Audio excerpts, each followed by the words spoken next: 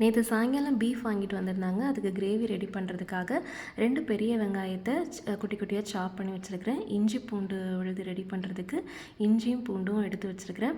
இது வந்து வதக்கி அரைக்கிறதுக்காக தேங்காய், சின்ன வெங்காயம், 4-5 கருவேப்பிலை, மிளகு, ஒரு துண்டு பட்டை, 2-3 லவங்கம், சீரகம், சோம்பு இதெல்லாம் எடுத்து வச்சுருக்கிறேன். இப்போ ஒரு கடாயில் நான் யூஸ் பண்ணுறது ஒரு இரும்பு கடாய். அதில் கொஞ்சமாக எண்ணெய் விட்டுட்டு இந்த வதக்க வேண்டியதெல்லாம் போட்டு கொஞ்சம் நேரம் வதக்கிட்டு ஆற வச்சிடலாம்.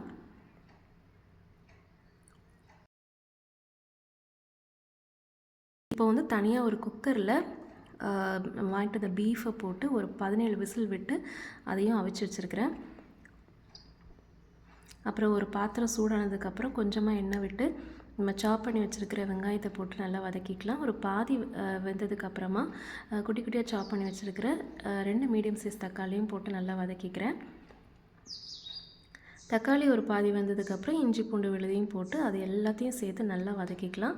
இப்போ 3 ஓரளவுக்கு வதங்கினதுக்கப்புறம் நம்ம அவிச்சு வச்சுருக்கிற அந்த பீஃப் எடுத்து தட்டி அது எல்லாத்தையும் நல்லா மிக்ஸ் பண்ணி விட்டுட்டு கொஞ்சம் வத்தல், கொஞ்சம் மஞ்சத்தூள் இதெல்லாம் போட்டு நல்லா மிக்ஸ் பண்ணி விட்டுடலாம். இப்போ நம்ம அவிச்சு வச்சுருக்கிற தண்ணி இதில் சேர்த்து கொஞ்சம் கொதிக்க விடலாம். ஒரு 5லேருந்து 10 நிமிஷம் கொதிக்க விட்டோன்னா கரெக்டாக இருக்கும். இப்போ நல்லா கொதிச்சதுக்கப்புறம் நம்ம அந்த வதக்கி ஆற வச்சுருக்கிற விழுதை அரைச்சி எடுத்து வச்சுருக்கிறேன். அதையும் ஊற்றிட்டு நமக்கு எவ்வளோ தண்ணி தேவையோ அதுக்கேற்ற மாதிரி தண்ணி ஆட் பண்ணி நல்லா கொதிச்சு வந்ததுக்கப்புறமா லாஸ்ட்டில் மல்லித்தலை போட்டு இறக்கிடலாம். இப்போது தயிர் உர ஊற்றி வைக்கிறதுக்காக பால் காய்ச்சிட்ருக்கிறேன். நம்ம எப்போவுமே தயிர் உர ஊற்றி வைக்கிறப்போ பால் காய்ச்சி ஃபுல்லாக ஆற வச்சிடக்கூடாது.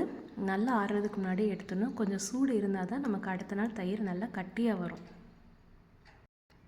இது நாளைக்கு வெண்டைக்காய் போட்டு வதக்கிறதுக்காக வெண்டைக்காவை நீளமாக சின்ன சின்னதாக கட் பண்ணி வச்சுருக்கிறேன் நாளைக்கு பொரியல் பண்ணுறதுக்கு. காலையில் எழுந்திரிச்சோடனே சாப்பிட்றதுக்காக கருப்பு உலர் திராட்சையும் பாதாம் பருப்பையும் ஊற வச்சுருக்கிறேன்.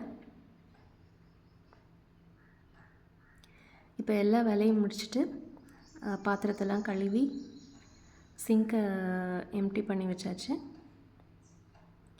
ஸ்டவ்வையும் துடைச்சி வச்சாச்சு. பீஃப் கிரேவி கொஞ்சம் மீதி இருக்குது. அது நாளைக்கு மதியானம் யூஸ் பண்ணிப்போம். Okay, bye. Take care. Good night.